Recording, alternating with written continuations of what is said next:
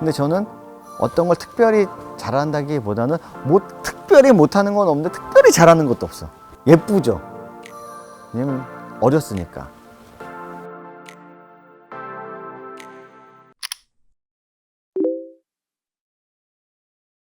제 기억에는 그게 89년이나 90년도 같아요. 제가 그래도 약간 그 미군 부대 주변에 살아가지고 또 어릴 때 그 미군 부대를 또 자주 들어가다 보니까 그런 문화에 좀 제가 그래도 낯설어하지 않는 편이었거든요.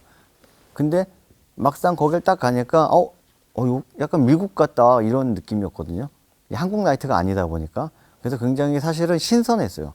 그리고 어릴 때다 보니까 한국 사람이 없다는 거에 굉장히 좀 이런 데를 내가 왔다는 거에 좀 뿌듯하고 뭔가 좀 선구자 같고 내가 뭔가 해낼 것 같고 여기서 배워서 딴 데 가면은 막 딴 데 가서 자랑하고 싶고 막 그랬던 것 같아요 그때는.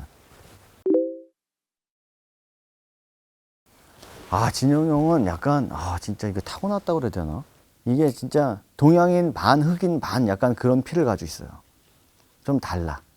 그리고 그 형이 약간 타고난 게 있어가지고 진짜 잘했어요. 그리고 내가 나중에 알았는데 영어를 막 미국 사람하고 막 얘기하는 거야. 막 서로 막 맥주 마시면서 근데 너무 멋있더라고요. 저 형 정말 춤도 잘 추고 막 진짜 멋있다. 진짜 대단하다. 근데 아직도 영어를 못 하더라고요. 그때 영어 한 게 아니었어. 깜빡 속았네. 나 형 진짜 잘하는 줄 알았잖아. 그냥 얘기한 건가 봐요. 헬로우 하고 you good 뭐 이런 거, 댄스 good 뭐 이런 거. 빌리라는 친구가 있었는데 진영이 형이랑 아마 되게 친했어요. 그 빌리라는 친구가 춤 엄청 잘 췄던 외국 군인이었거든요. 옷도 바비 브라운처럼 막 연예인처럼 입고 다녀. 막 번쩍번쩍한 거. 실크 같은 거 막 아래로 막. 근데 엄청 멋있고 춤도 잘 췄는데 둘이서 되게 친하고 거의 뭐 박빙이었죠 둘이. 저희 팀에 박철우 형도 맨날 거기서 머리 이렇게 박아가지고 세드 스핀 하루 종일 돌고 그 철우 형 친구들도 그때는 이제 젊었죠. 막 그냥 바닥에서 그냥 이제 흑인 친구들하고 이제 막 배틀하고 한국 친구들하고 배틀하고 막 그랬는데 춤 엄청 잘 췄죠. 뭐 그리고 원래형 준엽이 형들도 그 락킹 같은 걸 되게 잘했거든요. 그 두 분이. 그래가지고 막 다리 막 이렇게 해가지고 그러면 팔다리가 기니까 뭘 해도 다 멋있었고. 제가 좋아하는 스타일의 춤을 추던 형이 그 예전에 콜라 멤버였던 김영환이라고, 그 영환 형이 약간 흑인 필이라고 하잖아요. 그 느낌이 너무 좋은 거예요. 그래서 저는 그 형 춤추는 걸 되게 좋아했어요. 멋있다고 생각하고.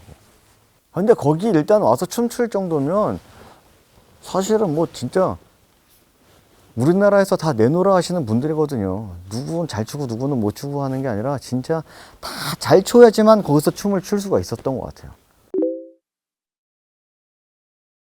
저는 어떤 춤을 춘 게 아니라 저는 약간 이런 느낌이에요. 저는 진영형 짝퉁 같은 느낌이거든요. 딱 보면 금방 캐치해낼 수 있고, 그리고 외국에서 먼저 비디오를 제가 제일 먼저 가져와서 그걸 따서 문화이트를 가면 내 춤을 따라하는 것이. 왜냐면 못 보던 거니까. 근데 저는 어떤 걸 특별히 잘한다기보다는 특별히 못하는 건 없는데 특별히 잘하는 것도 없어. 예쁘죠? 왜냐면 어렸으니까. 어렸고 귀엽고 하다 보니까 그냥 귀여워 보였던 것 같아요. 뭐 잘했다기보다는. 그래서 그냥 뭐 무난하게.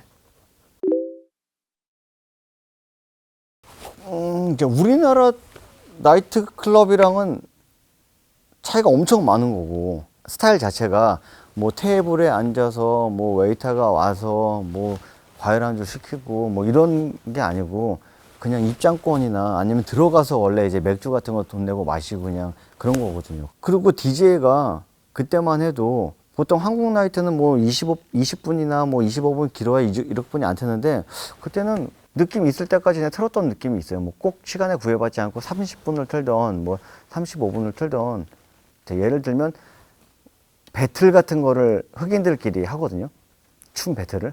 근데 우리나라 나이트클럽에선 볼 수 없는 광경이잖아요. 그런 게. 우리가 외국에서 보던 것처럼 막 둘이서 막 배틀하고 이런 거 처음 본 것 같아요. 거기서. 그러니까 배틀하는 장면도 다른 거고, 하여간 뭐 옷 입는 스타일이나 서서 막 맥주 들고 폼 잡고 있는 스타일이나 뭐 다 그러니까 처음 보는 것들이죠. 사실 우리나라 나이트에서 볼 수 없는, 우리나라 나이트는 사실 여자한테 잘 보이려고 뭐 남자한테 잘 보이려고 부킹 문화도 있고 그러다 보니까 옷도 말끔하게 입어야 되고 그런 게 있는데, 거기는 그런 게 아니고 무조건 춤 잘 출 수 있는 옷, 편한 옷을 입고 갔던 것 같아요. 쇼다운이라고 하는 그런 이제 배틀하는 게 너무 보기 좋았던 것 같아요. 되게 중요했다기보다는 그런 장소가 우리나라에 많이 없었기 때문에 유독 독보적인 어떤 장소라고 사실은 생각하거든요.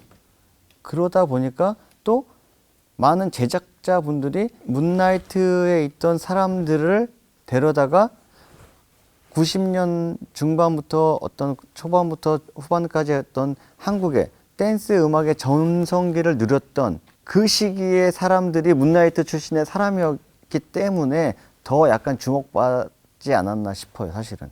사실 그분들이 다 사실 가수가 안 됐다면 사실 그냥 아, 그런 장소가 있었나 보다 하고 사실 뭐 아는 사람들만 아는 거겠죠. 근데 워낙 거기 있던 사람들이 댄스 음악의 어떤 주류가 됐던 사람들이었기 때문에 우리나라 최고 전성기였던 그 90년대 시절에 그래서 주목받은 것 같아요. 아, 도대체 이 음악들 와 너무 신난다. 근데 알고 보니까 이 음악을 만든 사람들이 다 DJ였고 다 춤을 좋아했던 사람들인데 이상하게 다 문나이트라는 곳으로 에서부터 출발했던 사람들이네. 다 여기 출신이네. 하다 보니까 그 문나이트가 약간 집중돼서 거기가 좀 조명받으면서 좀 어떤 곳인지 더 파헤쳐보고 또 약간 신성시 된다고 그래야 되나?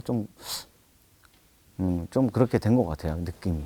그러니까 재능 있는 친구들이 다 모였던 장소였기 때문에 더 문나이트가 사실 이렇게 주목받지 않나 싶어요, 사실은.